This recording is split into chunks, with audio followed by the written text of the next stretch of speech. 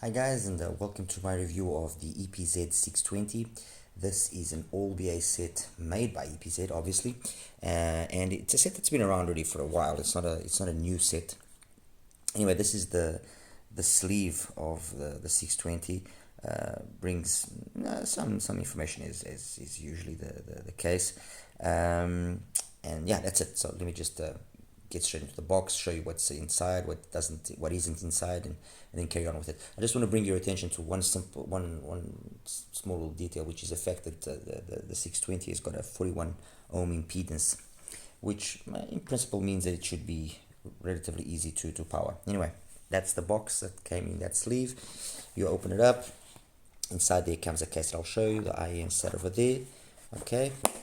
Inside, so the case is this one, which is something we've already seen. So nice quality, basically the same case as on the K5, the 1+4 hybrid.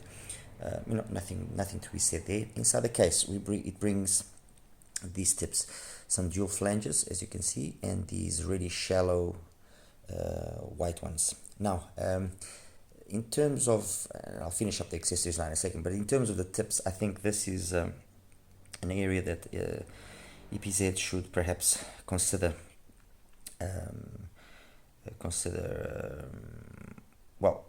changing or adapting or improving, because the best results, I'm sure there will be people that these tips will fit them, but the best results in my particular case, I got them using the KBE 07 tips. I'm sure you've seen them. These ones here, the blue color ones, the cyan color ones, and believe it or not, using let's see if somebody can guess what these are. Using some etymotic tips. Focus. No, you don't want to focus. Doesn't seem like it wants to focus. Hold on, guys. Sorry about that. Now we're gonna focus this time. There we go. Using some etymotic tips. Okay, really shallow, really narrow bore, and the results I got with the etymotic were nothing short of amazing, actually, to be truthful. Although with the KB ears, it was also very, very good. Much better than the stock tips. I mean, the 07's amazing results. The etymotic just took that up a notch. Stock tips are therefore, in my opinion, something that should be changed or added upon or something. These tips I don't feel are doing justice to the 620, and I'm sure a lot more people will actually not be able to get them the best seal by using them. Anyway, onto the IEM itself. It's available in 3 colors. This sea blue or deep sea blue. There's the green like we have in the K5. So it's got this deep sea blue, beautiful shell. These resin shells are really well done. Green and black. It's got 6 BAs inside. 22,955 for the base. Customized 29,689 for the mids, and customized 31,736s for the highs. So in terms of the BAs used, nothing too unusual, nothing that's not common, but obviously implemented and tuned the EPZ way. As for the cable, it's a 16-core cable, really nice, supple, doesn't tangle. It looks the business. I tangled it now here on purpose, but it's fine. It is fine. It doesn't. There's really nothing that I can point to it as a negative aspect. Okay, let me just untangle this here, because I was sleeping just now and just tangled it up stupidly by wrapping it up in the most unnecessary manner. Anyway, okay, that's done. Okay, there we go. Now let's just undo one more knot, guys. Sorry about that. I'm keeping you here boring, but I want this undone. Okay, anyway, that's that there. I'll just wrap it up now in a more conventional manner. Okay, that's the EPZ 620 over there. What do I have here to now compare it with and give you my impressions about the sound? First of all, used the NX7 as usual, M15 and also used the FIO KA3, also used the Truthiest Shio. What else? Momentarily used my DX3 Pro. I just really like this combination. Yeah, so I use this combination. I will say one thing about the selection of the source and the DAC or amp or whatever, which is this for some reason seems to be a little bit sensitive to what you choose. Connected to my Kudlix 5K, and I've got two of them, it sounds very dark, very dark. However, connected to the M15 directly or through the NX7 or connected to the FIO, it sounds fantastic. Connected to the 4493s, it sounds a little bit warmer, but nothing, that's a deal breaker or anything of the sort. But with the Q5, with the 5K, the Kudlix, it does sound noticeably darker. So I'm guessing there must be some issues with regards to how the impedances of the driver and the little DAC amp interact with each other. Okay, that's the first part out of the way. So what I was using, to drive this. The second thing that I want to mention is I selected an IEM, which is a 6BA IEM, and this is the reference that I used by which I compared them. Any one of these 5 IEMs, but by which I wanted to see which of them came closest to what I get from the SA6 MK2. And I used it primarily because it's 6BA, so it's the one that approximates itself the most to the EPZ. I could have used the Award Audio Neon Pro, which is my other reference, but that's 10 BAs, and I just felt it was already the difference was already too significant. This kind of made more sense. So this is the basis, or this is the standard by which I compared any one of these other BA sets to. Okay, so now that we've got that out of the way and that's understood, let me now explain then what I have here. I've got the BGVP DM6, I've got the AudioSense DT600, I've got the Orchestra Lite, the Kiwi Ears Orchestra Lite, and I've got the T800. The price of the EPZ is around $215, $220. Price of the DM6, it's been around for a while, it's about $175, so a little bit cheaper. Price of the DT600, you can get it at HIFIGO for around $220 to $225. Price of the Orchestra Lite, you can get it from Linsol for around $239. So these are more or less priced within the same as the 620, and then the T800 is priced again a little bit higher, but it's been now sold lately for around $290. So already a big chunk of money there, but still, nevertheless, I thought it made sense, and the reason why I've got them all here as well, besides obviously them having more or less the same configuration as the 620, is because two of them have a sound signature which is very similar to this. Two have got, they actually all have a sound signature that is to an extent similar to the 620. The one that's the most different, I would say, is the DT600. Okay, now let's then break things down and start explaining. BGVP. Actually, let me first set the stage for the 620 and then I'll compare with the others. 620, what is a sound signature? It's a neutral bass. It's got a decent enough impact. It's got that quickness of the BA sound, plenty of speed, but although it's using 22955s, which are BAs that are also present here, also present there, also present in things like the AS16 Pro from KZ, they have been tuned in the EPZ style. Let's put it that way. So instead of you getting the more full sound that you get, for example, on an AS16, which uses the same BAs, you get a more clinical, a sound which can, on certain songs, start giving you that vibe that you are definitely listening to a BA and not a DD. And why is it important that I say this? Fine, we all know that BAs and DDs and planars and what have you. They all got their specific characteristics. They've all got their negative and positive points. However, if on the DD you don't want it to be too sluggish, because then that can muddy up things and you know, lose a little bit of dynamics.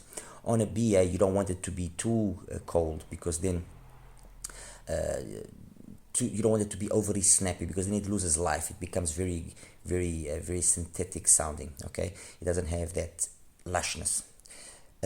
The SA6, for example, for me, as I also mentioned, the Neon Pro, the two things that I like about, well, the first thing that I like about those IEMs is the fact that they have this bass which is very DD like.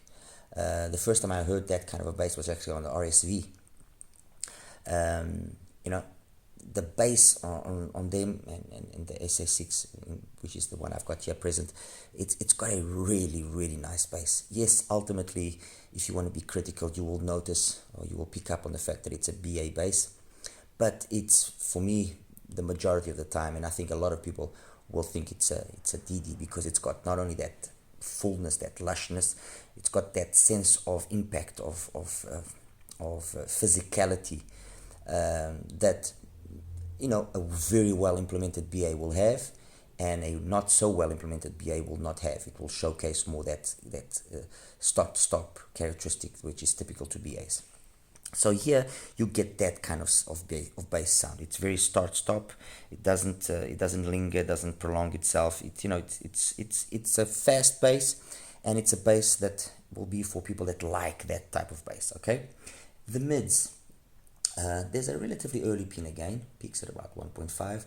Portion, you know, makes things a little bit forward, but nothing that's too offensive. Why? Because there's also not that much gain. It's not like it's forward and then there's like a 10 or 12 or 14 dB gain or something like that. No, it's relatively acceptable, the gain they've done, and it maintains itself actually pretty linear across the board. The 620 actually maintains itself quite well. With the Etymotics, you get a nice dip there at 5K, which is not as present if I use the KB07s. But you have that dip there, you know, at 5K, which for me is the problem area, 5-6K, and then picks up again, and then it's got decent enough extension. Again, ultimate extension is not its strong point. So I'm guessing that you could say that this is a mid-centric focused type of tuning, which has a neutral bass which is snappy, and adequate treble to complement everything. The part of the frequency spectrum that I feel showcases more the BA characteristic timbre or tonality is the highs. The highs, and that's why you know, choosing the tip is important. The highs will if you don't have the right tip, showcase or manifest that typical metallicness that many of us don't appreciate. Okay, so I'm guessing that's all right. That's kind of the basic frequency response. In terms of technicalities, I was expecting a little bit more soundstage, I'll be honest, but you know, let's put it this way: for the price, yes, it is not the soundstage that I would have liked. The DT600 costs about the same thing, and it's got a way better soundstage. So soundstage is not the best. It's kind of a more of a cozy, closed venue kind of situation. Imaging is decent, better than the soundstage, definitely. Detail retrieval, also, again, decent.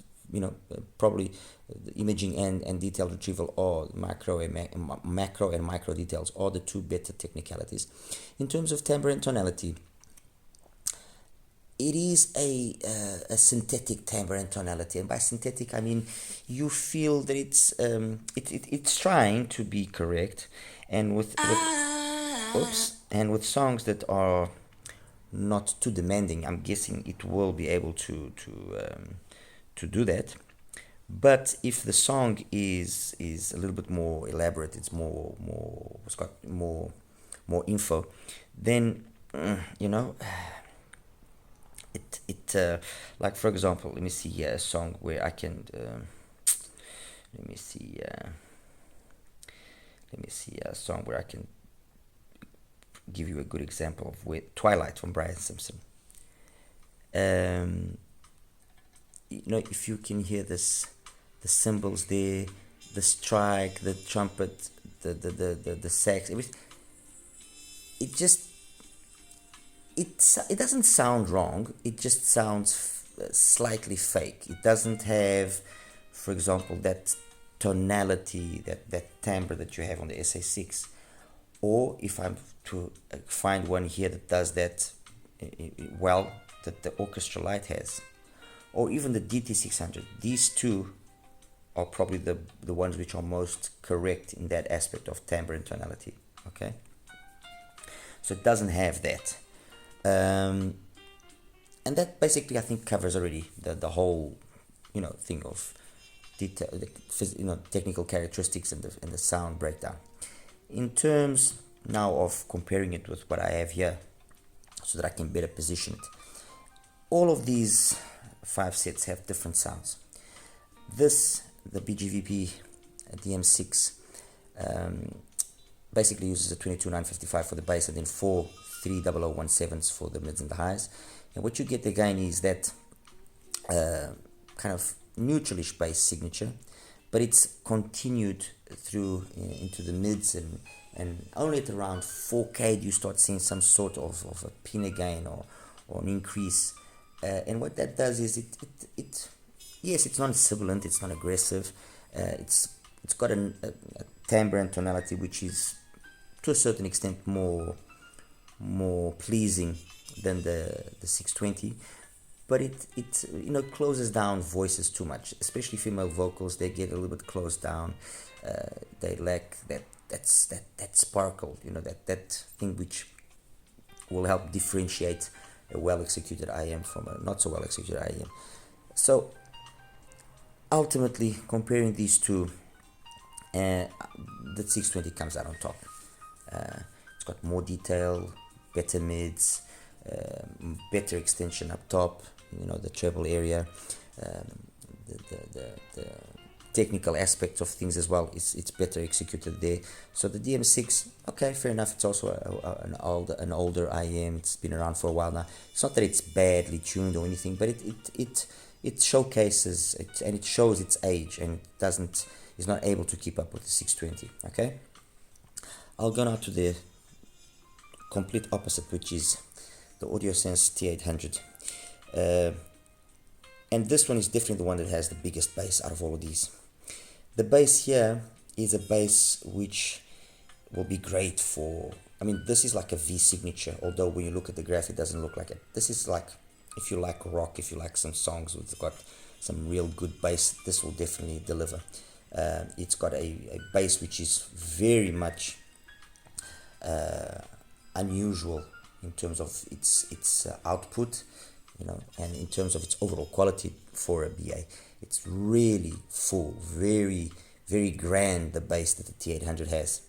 And, you know, in that aspect, the 620 cannot keep up with the bass of the T800. Can't. It's just on a different league altogether.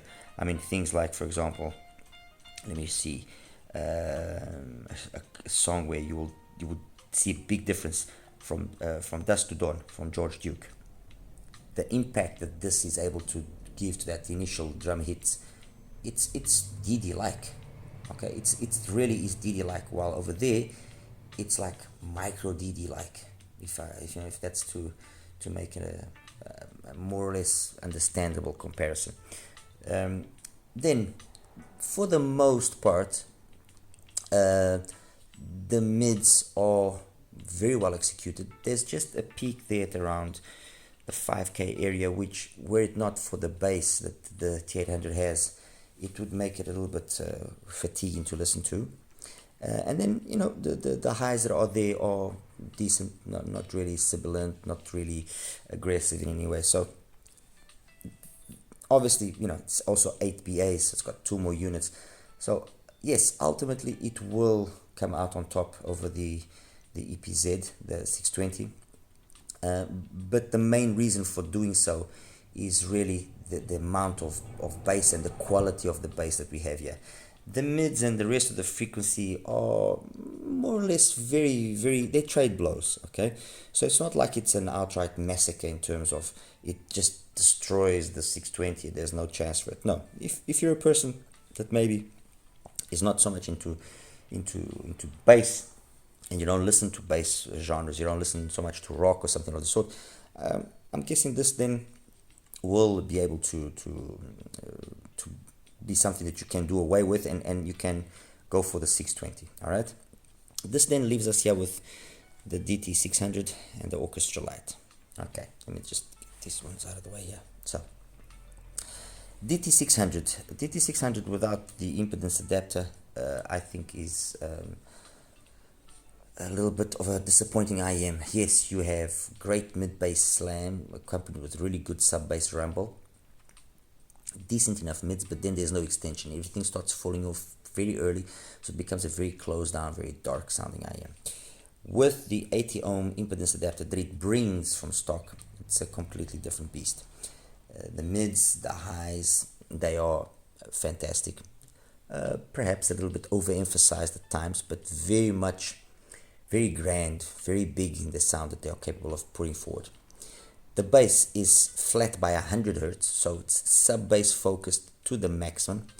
And out of all of these, it is probably, except the SA6, it is probably the one that, because of that sub-bass tuning or focus, it will sound the most rumbly, okay? What is the reverse of that is you lose that impact, you lose that dynamic feel of the bass, and the slams are more a little bit tamed down and so on and so forth. So this same song that I mentioned to you from George Duke, it just sounds, a little bit dead.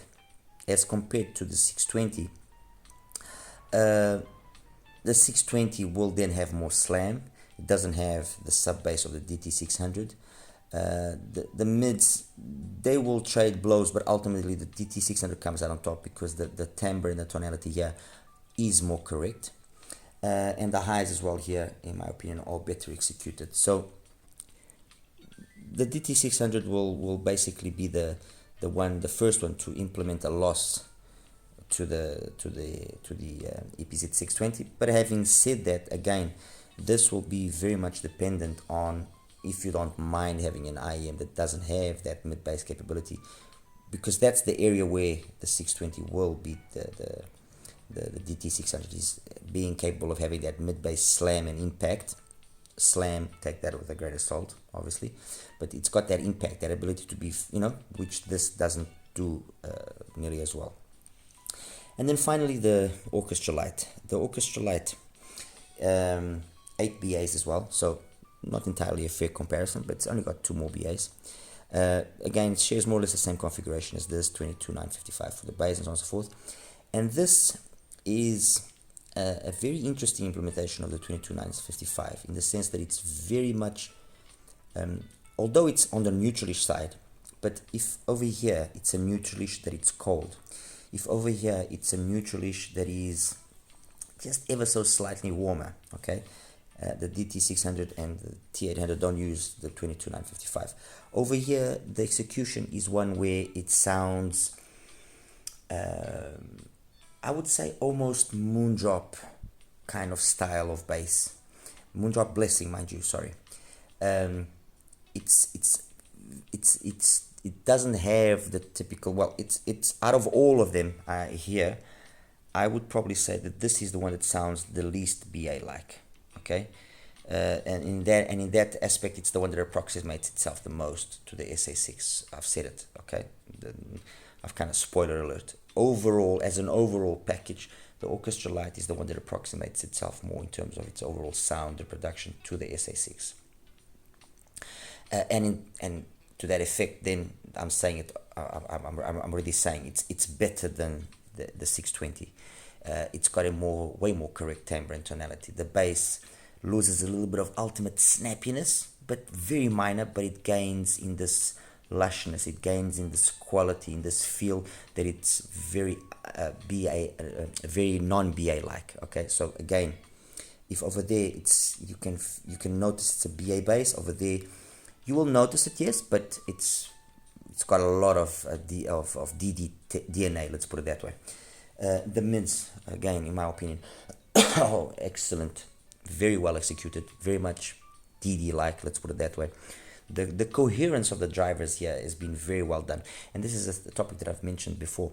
You know, if you have BAs, you want to tune them in the way where you want to control all of that timbre, all that metallicness, but you don't want to lose as well that ability of being resolving, of being detail capable.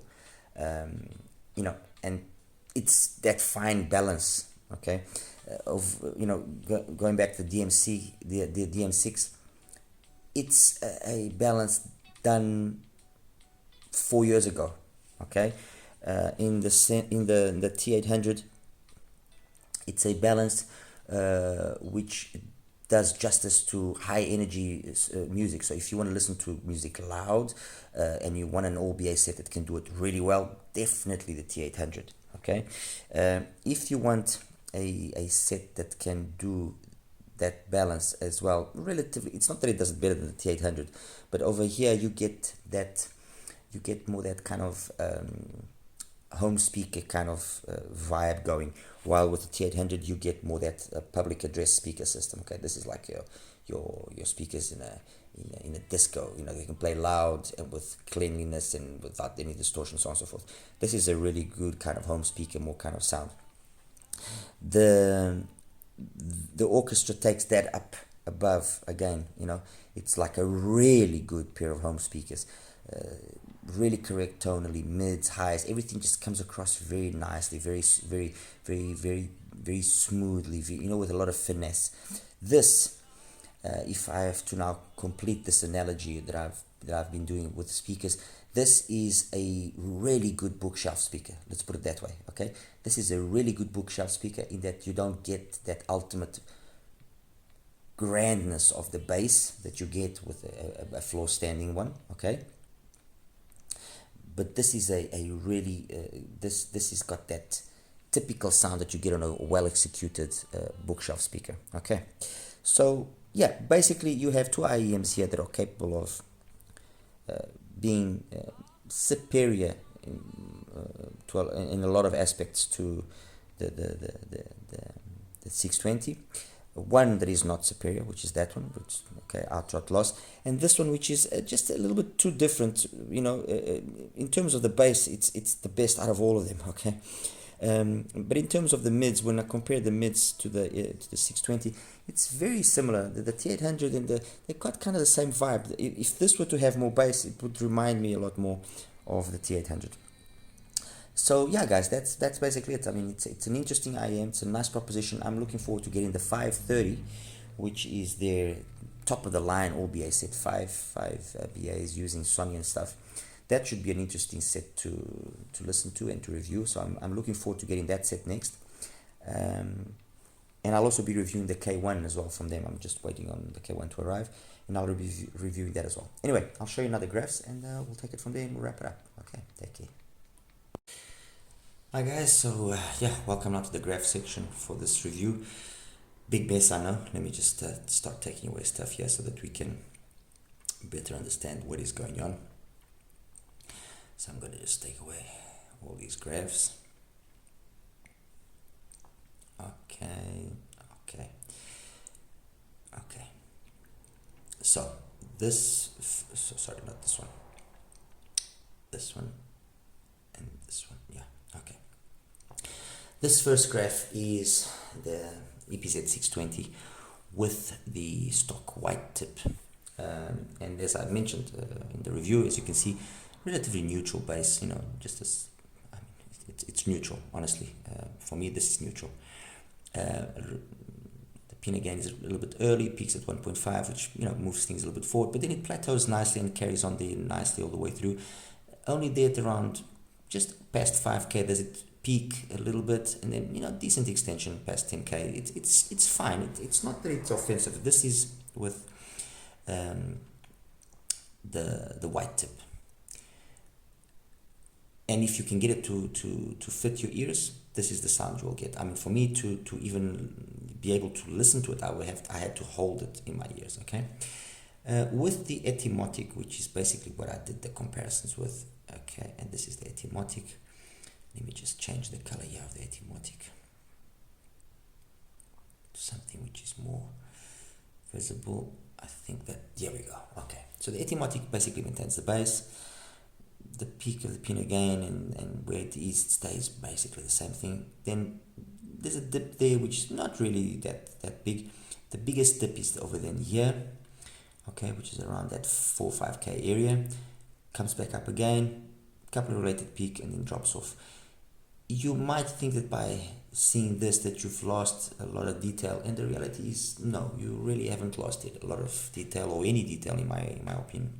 If anything, this has actually helped to make sure that treble is remains a little bit more refined, because that's the only area where I really think it's a little bit lacking. It can get a little bit out of context if you're not careful with what songs you're listening to, what tip you're listening to. It's the only area really. Anyway, on to now the comparisons of the other IEMs that I selected for you guys. So let me just take away this one. I'm just going to leave the 620 with the Etymotic tip. First graph I'm going to put up now, and I've normalized everything at 1K, is the graph of the DM6. And as you can see, basically the bass curve is the same. For some reason, okay, and I'm obviously not for some reason, but obviously the reason why this bass on the DM6 doesn't sound as cold or as clinical is because you don't have this information across most of the mids. Only at around 3 you start seeing any reminiscence of a pin again, and then it kind of remains the same as the 620, and there's a little bit more extension, but you don't really as well notice that much there. What you do notice is, yes, this void in the mids, across the majority of the mids and the upper mids, and so it kind of closes down the sound a lot of the 620, and that's why, in my opinion, not the 620, the DM6, that's why the 620, in my opinion, the EPZ is a superior IEM. Okay, so that one is out of the way. Next one. Let me actually show you both graphs of the DT600 by itself so that you can understand. The DT600, if you don't use the impedance adapter, this is what it looks like. It's got a nice sub-bass focus, okay? It goes relatively flat very early as well. But then instead of kind of staying, maintaining itself like that and then actually having some sort of a pin again, no, it even comes down further, and then there's an abrupt pin again, and then drops off again straight away. And this just makes for a very dark sounding IEM. It's just very dark sounding. So by using the 80 ohm impedance adapter that they provide you with, what you get then is this, again, normalized at 500 hertz. I'm going to sub-bass focus, definitely, as you can see. The pin again now starts happening a little bit earlier, peaks just past 2K, comes down, maintains itself like that, and then there's extension as well, which is very noticeable. If before the treble and the extension that we had to create that sense of air of 3D was way below the lowest point of the bass, you can see, okay, with the addition of the 80 ohm adapter, it's now on the level of the lowest bass, of the lowest point of the bass and mids, okay, and that's a good indicator. That's something that we try and always look for, that kind of analogy or equivalence, okay. So I'm going to remove then this out. I'm going to put back on the EPZ, and compared to the EPZ, straight away you notice that extra mid bass slam that the EPZ has over the DT600, and although for the most part the mids kind of are also equally flattish, no real crazy peaks or dips, or you notice that the mids of the EPZ are just a little bit more metallic sounding. It just, and I guess what helps the mids of the DT600 sound the way they do is because you have this monster amount of sub bass. It feeds harmonics into the upper frequencies, which help give that tonality. So in terms of its timbre and tonality, it's a very nice sounding IM. Okay, so that's that out of the way. The next one now, oops, sorry, I took out the wrong one. That's the EPZ background. The next one now is the T800, and the T800, as you can see, seems to be having the same kind of bass output, but it could be further from the truth. It's a bass monster. It's then got a very nice, slow, progressive kind of pinna gain, and it's got this peak here at 4. I was saying 5 in the review. I apologize. It's got this peak here at 4 that I just don't understand. Dips, and then the extension that exists past, let's say, 8K is decent. There's a good sense of air. There's a good sense of space. It's just this peak here that kind of messes things up. But still, overall, the way that the pinna gain has been done, very slow rise. The bass that this thing has, I mean, this by no means is an indicator of the bass that the T800 has. If you were to tell me that the bass of the T800 was, had a curve that looked like the DT600 with the impedance adapter in terms of its ultimate lowest part, I would believe you, because it doesn't have the ultimate rumble of the DT600, but it's got way more impact. I mean, as I was saying earlier, if this for me is a curve that I consider to be a neutral bass curve, the bass on the T800 is anything but neutral. All right. And finally, well, actually, I think I've got more. So I showed you the T800, showed you the where is it? Yeah, Atimotic, the 620 with Atimotic. I showed you the AudioSense DT600. I showed you the BGVP. I think I've showed you all. I mean, I don't believe there's anyone missing. So it's 1, 2. Of course there's one missing, the orchestra light. Come on, what's wrong with you? Okay, and finally the orchestra light, this one here. And the orchestra light, I think the curve speaks for itself. I mean, let me just try and see if I can put this in a different color here so that this stands out a little bit more. Maybe blue. Let's see. Yeah, that's better. Nice bass, flat by 250. I mean, the bass, the way it's been executed is faultless. Very, very smooth progressive pinna gain, peaks at about 2.5, nicely plateaued, good extension. Faultless, honestly, faultless. Really, really good implementation of BAs. Very nice sound. Will it be a sound that will please everybody? Perhaps not, because it's very correct. Okay, it's very much like the Blessing 3, which I just received.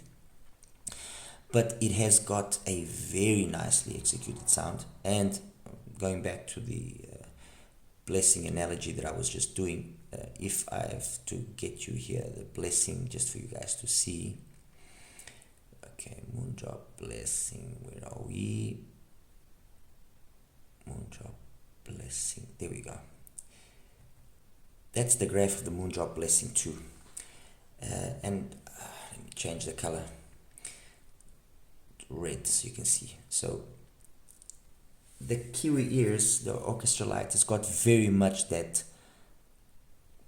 Blessing 2 kind of vibe going for it. Okay, very, very similar, very similar. And that's what makes it very correct sounding. Very, it might not be the most fun or the most versatile for all genres, but it's well done, it's well executed, and it's the IM that for me kind of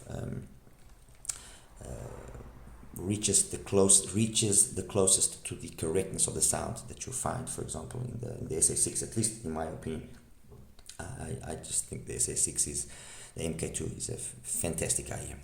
Anyway, guys, as always, like and subscribe. If there's any questions that you guys have, please feel free to ask, and I'll do my best to answer. Anyway, you take care now. Bye-bye.